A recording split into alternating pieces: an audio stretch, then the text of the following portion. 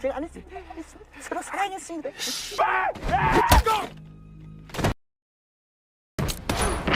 Halo semuanya, apa kabar? Saya harap semuanya sehat dan tetap semangat menjalani hidup, sekalipun mungkin ada yang baru saja ditinggal menikah oleh pacar. Tidak usah bersedih, karena kali ini saya akan mereview alur cerita film yang akan membuat kalian tegang, sehingga kalian akan lupa dengan masalah yang kalian hadapi. Kali ini saya akan menceritakan alur film dari Korea yang jalan ceritanya cukup unik. Film ini berjudul Fabricated City, dirilis tahun 2017, dan langsung saja, ini dia alur ceritanya.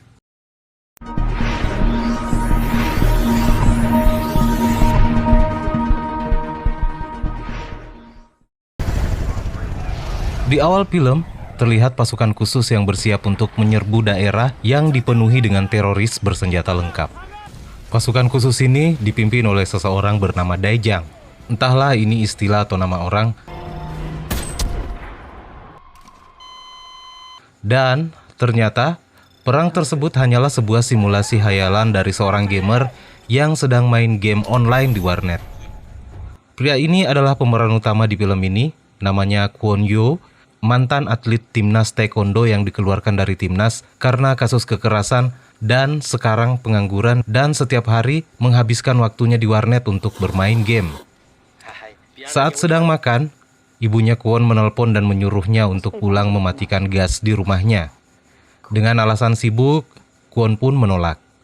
Lalu ketika sedang asik bermain game, tiba-tiba sebuah smartphone di sampingnya berdering. Karena merasa terganggu dengan deringan HP tersebut, Kwon pun mengangkatnya. Ternyata yang menelpon adalah seorang cewek yang merupakan pemilik HP tersebut yang lupa dengan HP-nya di warnet. Dia pun menyuruh Kwon untuk mengantarkan HP tersebut ke rumahnya dan akan diberikan hadiah. Karena hadiahnya cukup banyak, apalagi yang meminta adalah seorang cewek, Kwon pun segera menuju ke rumah cewek tersebut. Tiba di sana, pintu rumah si cewek tidak dikunci, lalu Kwon pun masuk. Di dalam, si cewek sementara sedang mandi dan menyuruh Kwon untuk meletakkan HP-nya di atas kasur dan mengambil uang imbalannya di sana. 2층 침대 위에 올려놨어요. Kwon lalu pulang dan sempat memberi nasihat pada si cewek. 저기요, 여기 문 열어놓으면 위험하니까. Keesokan paginya, Kwon terbangun karena pintu rumahnya didobrak oleh polisi dan langsung menangkap Kwon dengan alasan kasus pembunuhan dan pemerkosaan gadis di bawah umur. 하디스에 대한 미성년자 강간 살인 혐의로 체포합니다.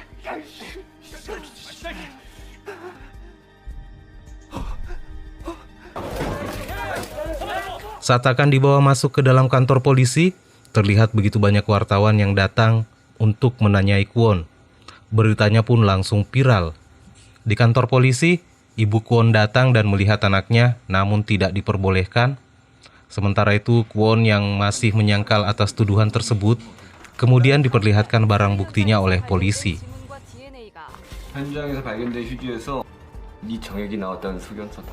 Sementara itu, di luar, ibunya Kwon terus berusaha meminta dukungan dari warga sekitar untuk anaknya karena merasa bahwa anaknya difitnah. Ibu Kwon kemudian meminta bantuan kepada seorang pengacara terkenal di kota tersebut bernama Min Cheon Sang, kita panggil saja si Mimin. Awalnya, sang pengacara tidak mau membantu, namun akhirnya luluh dengan air mata dari ibu Kwon. Di persidangan, Mimin tidak dapat berbuat banyak untuk membantu Kwon. Kwon hanya bisa berkata bahwa itu bukan perbuatannya. Namun bukti yang kuat tidak dapat menghindarkan Kwon dari hukuman penjara seumur hidup. 이에 본 재판부는 무기징역에 처한다. 5년간 성충동 약물 치료를 Di dalam penjara, Kwon ditempatkan pada penjara level 1 untuk kasus pembunuhan. Di hari pertamanya di penjara, Kwon harus menghadapi kekejaman dari geng penjara yang dipimpin oleh Madeak So. Kita sebut saja Madak. Madak memanggil dan menginterogasi Kwon. Kwon yang tidak terima dengan hinaan Madak kemudian menyundulnya. Dan akhirnya Kwon dihajar habis-habisan oleh Madak dan kawan-kawan.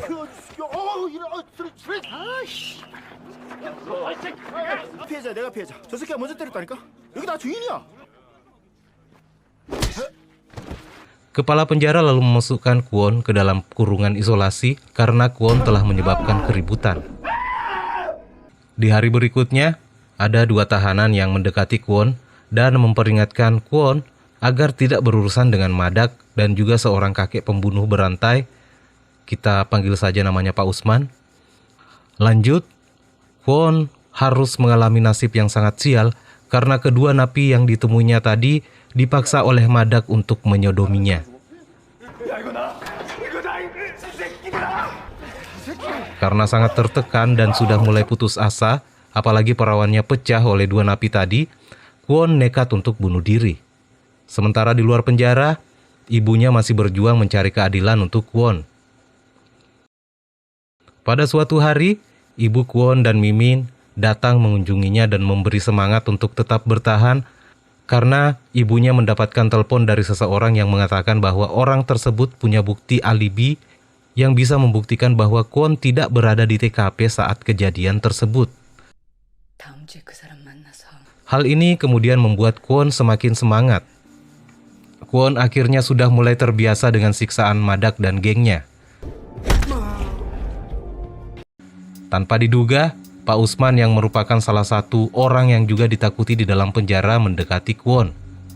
Pak Usman tertarik dengan Kwon yang memiliki daya tahan tubuh dan fisik yang kuat. Pak Usman juga tahu kalau Kwon bukanlah seorang pembunuh. Kwon pun menjadi semakin kuat dan tahan pukul dan mulai percaya diri. Akhirnya suatu ketika, saat Kwon akan kembali disiksa oleh Madak dan kawan-kawan, sepertinya mulai akan melakukan serangan balik.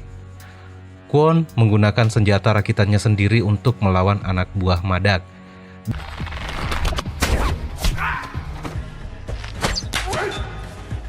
Dan saat berhadapan 1 lawan 1 dengan Madak, dengan tembakan senjata rakitannya, kemudian ditambah dengan jurus tendangan super dari seorang atlet nasional taekwondo, akhirnya berhasil menjatuhkan Madak. Para sipir penjara kemudian berdatangan dan kepala penjara terlihat keheranan melihat Madak yang berhasil dijatuhkan oleh Kwon. Kepala sipir juga memberitahukan bahwa Kwon mendapat kunjungan, namun kali ini hanya Mimin yang datang dan tanpa ditemani oleh ibunya. Kwon lalu menanyakan tentang ibunya dan kepala sipir memperlihatkan sertifikat kematian ibunya Kwon. Kwon terlihat sangat bersedih atas kehilangan ibunya. Malamnya, Kwon bermimpi bertemu dengan ibunya.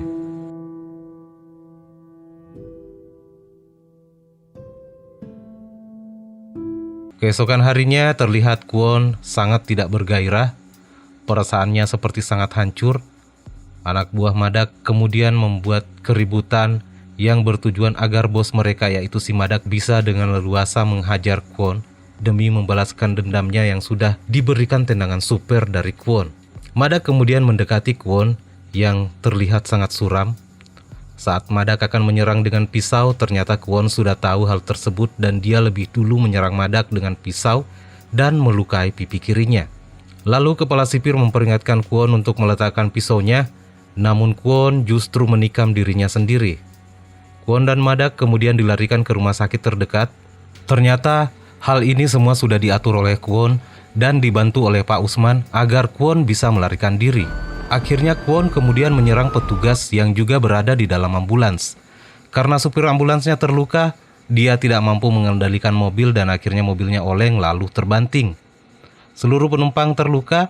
Kwon kemudian keluar dan berjalan untuk melarikan diri. Namun saat akan kabur, ternyata kepala penjara masih tersadar, lalu dia pun menodongkan senjatanya kepada Kwon. Namun entah karena apa kepala penjara tidak menembaknya, justru membiarkan Kwon kabur. Kaburnya Kwon menjadi berita yang sangat heboh.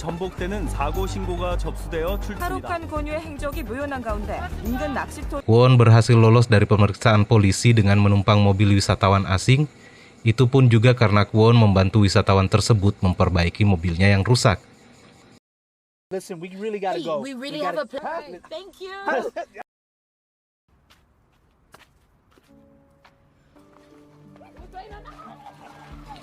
Scene berikutnya, Kwon pergi menemui Mimin di kantornya dan menanyakan tentang orang yang memiliki video alibi yang pernah dikatakan oleh ibunya saat mengunjunginya di penjara. Menurut Mimin, itu merupakan laporan palsu dari anak-anak yang iseng. Dan hal itulah yang kemudian menyebabkan ibunya mulai putus asa hingga akhirnya bunuh diri. Mimin kemudian memberikan kalung peninggalan ibunya kepada Kwon. Dan ternyata Mimin sudah melapor ke polisi tentang kedatangan Kwon. Untung saja Kwon sudah lebih dulu kabur sebelum polisi tiba. Lanjut, Kwon kini sedang berada di warnet dan memeriksa emailnya. Di sana dia menemukan sebuah video dokumenter yang menjelaskan bahwa dirinya tidak berada di lokasi kejadian dan tidak bersalah. Video ini dikirimkan oleh teman gamenya bernama Tailbo. Tailbo kemudian mengajak Kwon ketemuan. Kwon kaget ketika tahu bahwa Tailbo adalah seorang perempuan. Dan karena dia perempuan, jadi kita ganti namanya saja menjadi Lastri. Lanjut, Lastri kemudian mengajak Kwon ke rumahnya. Di sini kemudian diketahui bahwa Lastri adalah seorang hacker.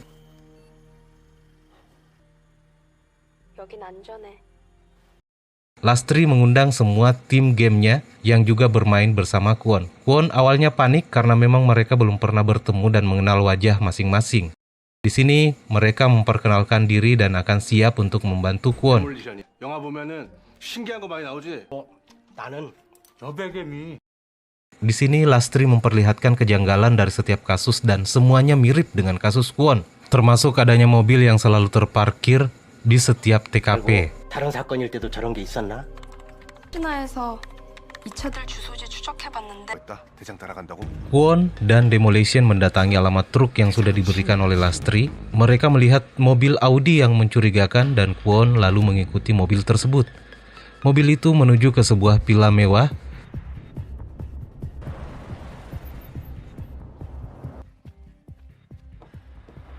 Di sana Kwon melihat tempat tersebut berantakan dan penuh dengan darah berceceran, yang sepertinya telah terjadi pembunuhan di tempat itu.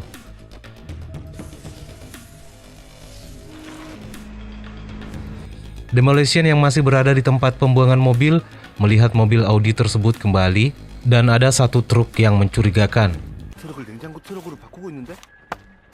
Demolition pun mengikuti truk tersebut dan memberitahukan kepada Kwon lokasi truk tersebut berhenti, yang merupakan sebuah gedung dengan sistem keamanan yang cukup canggih. Mereka kemudian akan menghack sistem keamanan gedung tersebut dengan mengirim Yeobae dan Yongdosa dengan menyamar sebagai teknisi Telkom.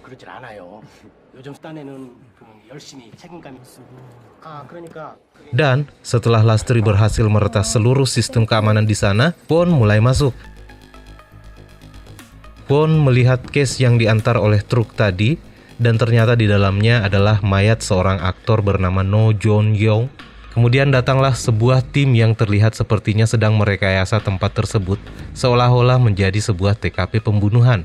Tanpa diduga, ada CCTV yang melihat keberadaan Kwon di sana. Dan yang melihatnya ternyata adalah si Mimin. Si culun ini ternyata yang mengatur semuanya. Dia yang membuat TKP palsu tersebut. Dan asistennya yang bertugas untuk mencari korban yang akan dijadikan sebagai kambing hitam pembunuhan dengan targetnya adalah pengangguran dan karyawan tidak tetap.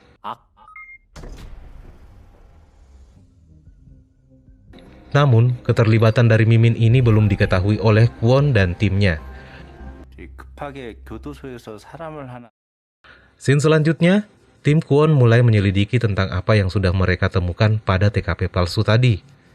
Mayat dari aktor tadi berasal dari rumah seorang pemimpin perusahaan yang ternyata anak pimpinan perusahaan tersebut memiliki hubungan dengan si aktor.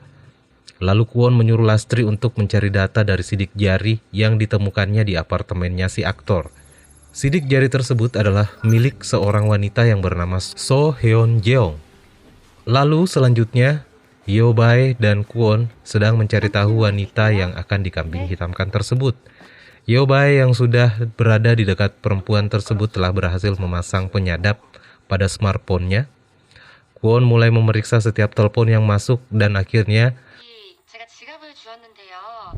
Kwon mendapat telepon yang mencurigakan yang suaranya sangat mirip dengan orang yang dulu menelponnya dan menjebaknya saat di warnet.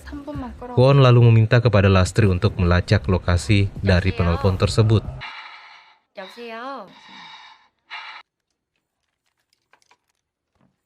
Kwon kemudian menuju tempat wanita tersebut, namun saat akan mendekatinya, ternyata hal tersebut sudah diketahui oleh anak buah Mimin dan mereka pun kabur. Kwon lalu mengejar mereka, namun Kwon juga sudah dikejar oleh polisi. Mobil Kwon tiba-tiba macet dan polisi kemudian mengepungnya. Lalu tiba-tiba sebuah truk menghantam mobil polisi dan ternyata itu adalah ulah dari Babang Madak. Madak pun membawa dan kemudian menyiksanya. Lalu tiba-tiba polisi anti teror datang ke lokasi karena menerima telepon dari seorang perempuan yang katanya sedang diculik di tempat tersebut. Padahal itu adalah ulah dari Lastri. Setelah polisi masuk, Kwon berhasil meloloskan diri. Tiba-tiba Lastri kemudian datang menjemput Kwon.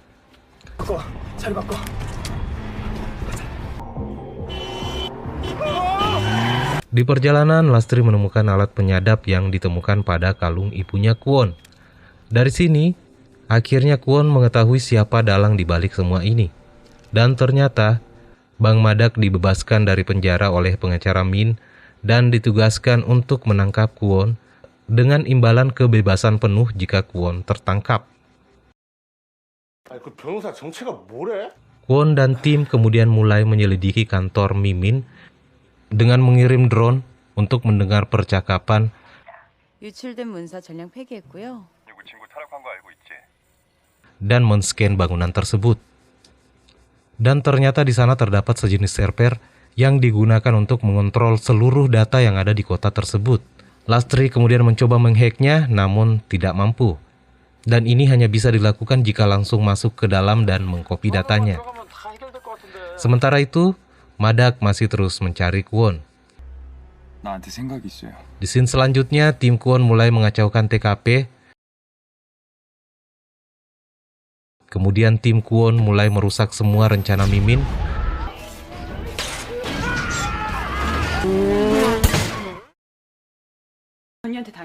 Namun, Mimin masih terlihat santai dan tidak peduli dengan apa yang sudah dilakukan oleh Kwon.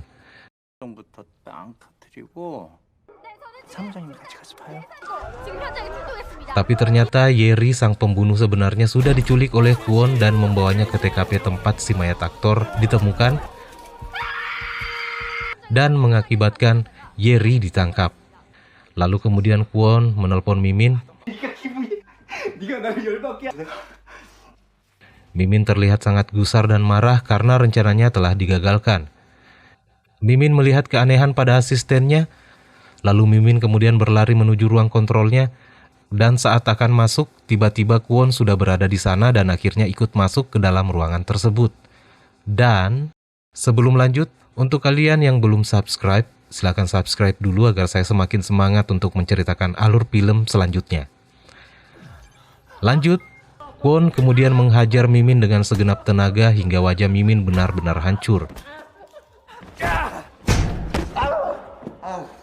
Kwon kemudian melihat rekaman video saat sebelum masuk penjara dan rekaman ibunya saat masih memperjuangkan Kwon. Dalam kondisi wajah yang sudah sangat bonyok, Mimin masih sempat memprovokasi Kwon dengan mengatakan bahwa dalam video tersebut juga terdapat video saat ibunya dibunuh. Dan ternyata di luar sana, Madak dan gengnya sudah menangkap semua anggota Kwon. Kwon kemudian memasukkan sebuah flash drive ke komputer raksasa Mimin, karena ini adalah tujuan utamanya untuk datang ke tempat Mimin, namun karena datanya cukup banyak maka akan butuh waktu yang lama. Sementara teman-temannya menunggu untuk diselamatkan. Akhirnya Kwon pun meninggalkan Mimin dan pergi menyelamatkan temannya. Dalam perjalanannya, Kwon ditelepon oleh Mimin dan memberitahukan bahwa Lastri akan dijadikan sebagai kambing hitam atas pelaku pembunuhan si aktor. Madak yang sudah menyandera para anggota Kwon akan segera dieksekusi. Saat akan menembak, ternyata Madak memiliki skill menembak yang sangat buruk, sehingga tak ada satupun rekan Kwon yang terluka. Dan saat Madak kembali akan mencoba menembak, tiba-tiba saja listrik padam. Dalam keadaan sangat gelap gulita, Kwon kemudian menghajar satu persatu anggota gengnya si Madak.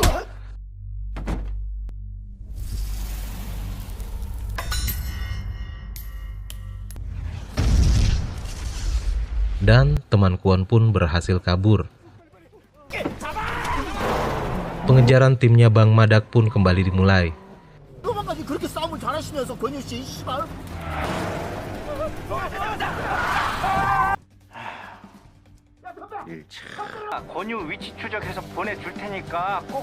Kemudian mereka melihat berita di TV bahwa yang dijadikan kambing hitam sebagai pembunuh si aktor bukanlah Lastri, melainkan Kwon sendiri.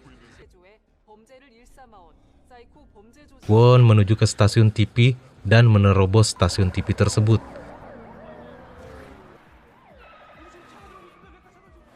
Tiba di sana, tim Kwon pun kemudian berpencar dan berusaha mengulur waktu agar Lastri bisa mengakses data dari server si Mimin. 보다 탈보 형님 작업하는 동안 시간을 끌어야 돼. 도와줘서. Namun belum sempat menyelesaikan tugasnya, ternyata Madak sudah tiba di sana dan menculik Lastri. Kwon pun segera pergi untuk menyelamatkan Lastri.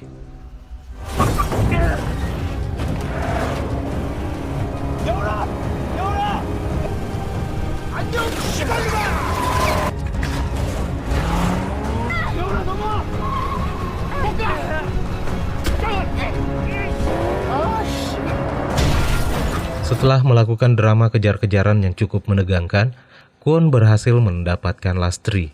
Mereka pun kembali menuju ke stasiun TV dan Lastri kembali masuk untuk menyelesaikan tugasnya.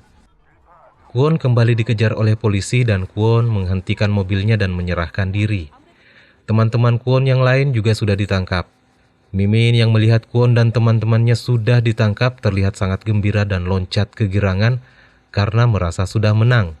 Namun ternyata saat akan mengakses data, layar touchscreen-nya macet dan dia pun tersadar kalau ternyata dia lupa mencabut flash drive yang dipasang oleh Kwon tadi, dan akhirnya semua data dari dalam servernya berhasil disalin oleh Mbak Lastri. Lalu Yeobae datang dengan UNPA dan OMPA. Kedatangan mereka ternyata untuk menyiarkan segala bentuk kejahatan dari Mimin yang akan diunggah oleh Lastri dari data yang sudah didapatkannya dari server Mimin. 희대 살인마에서 단독으로 보도합니다. 오늘 잔인하게 살해한 권유, 과연 진실일까요? 오늘 쳤습니다.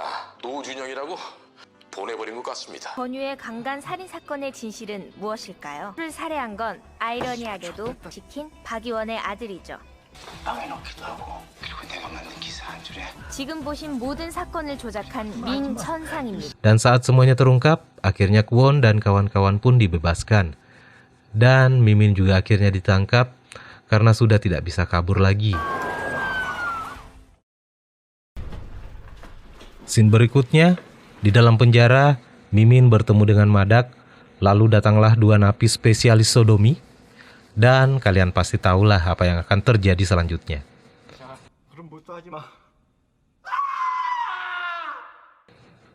Belum habis. Di scene selanjutnya terlihat pasangan wisatawan asing yang pernah menolong Kwon terlihat sangat gembira karena melihat mobilnya terparkir di sana beserta kuncinya dan sangat mulus karena mobil tersebut sudah dipermak di bengkel ketok Magic.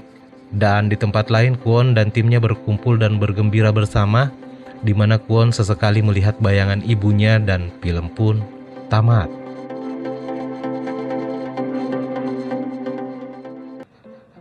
Alur cerita dari film ini menurut saya sangat menarik dan menurut saya film ini sangat recommended untuk ditonton. Dan untuk kesimpulannya, buat kalian pengangguran seperti saya dan pekerja tidak tetap, kalau di kota kalian ada orang yang seperti Mimin, mending kalian harus berhati-hati. Terima kasih sudah menonton channel ini. Bye-bye.